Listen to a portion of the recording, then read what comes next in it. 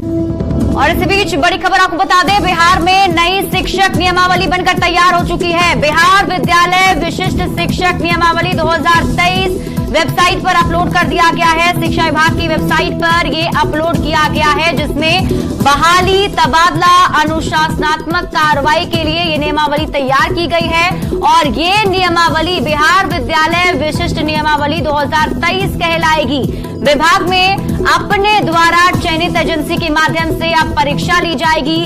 कार्यरत शिक्षकों को अब विभाग परीक्षा लेगा। 1 साल के भीतर ही परीक्षाएं ली जाएंगी। प्रत्येक शिक्षकों को परीक्षा उत्तीर्ण होने के लिए 3 मौके दिए जाएंगे। अब नियोजित शिक्षक भी कहलाएंगे विशिष्ट शिक्षक। इसके साथ ही नियोजित शिक्षकों के लिए राज्यकर्मी का रास्ता साफ हो गया है। रजनीश हमारे सहयोगी अधिक जानकारी के साथ जुड़ चुके हैं। रजनीश, ये खबर कितनी महत्वपूर्ण है उन शिक्षक अभ्यर्थियों के लिए और जो शिक्षक कार्यरत हैं उनके लिए? बिल्कुल शिप्रा, बिहार के लिए सबसे बड़ी खबर है, क्योंकि लगातार जो राज्य के नियोजित शिक्षक हैं वो इंतजार में थे कि उन्हें राज्यकर्मी का दर्जा कब मिलेगा। लेकिन इस बीच अंदर खाने से लगातार जो खबरें आ रही थी, न्यूज 18 जानकारी दे रहा था।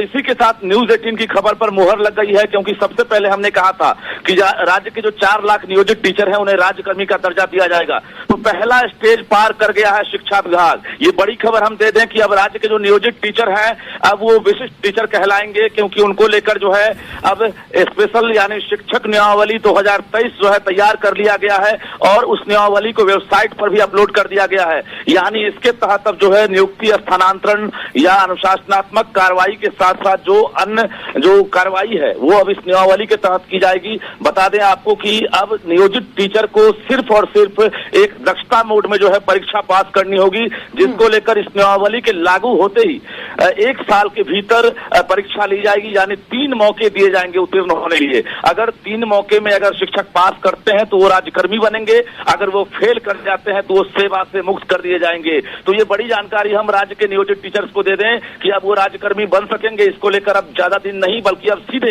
इस नियमावली के ड्राफ्ट के आधार पर अब कैबिनेट में मुहर लगने की बारी है। यानी हमने कहा था कि दुर्गा पूजा से पहले राज्य सरकार बड़ा फैसला लेगी और दुर्गा पूजा से पहले अब पूरी संभावना बन गई है कि कैबिनेट में मुहर लगेगी।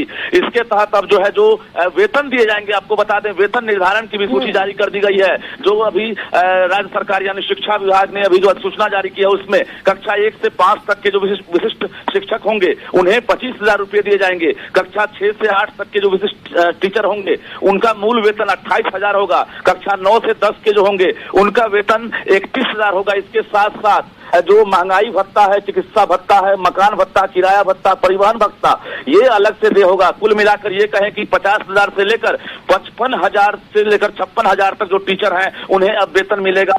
और ये बड़ी खबर है राज्य के नियोजित टीचर्स के लिए। अब इसी के आधार पर बहाली होगी और अनुकंपा का भी लाभ मिलेगा। तो कुल मिलाकर नई शिक्षक नियमावली बनकर तैयार हो गई है। अब नीतीश कैबिनेट में सिर्फ मोहर लगने वाली है और दुर्गा पूजा से पहले माना जा रहा है कि अब जो है राज्य के नियोजित टीचर्स जो है वो अब राज्यकर्मी का दर्जा प्राप्त कर सकेंगे। शिप्रा, बिल्कुल रजनीश, जो मांगे लगातार उठाई जा रही थी,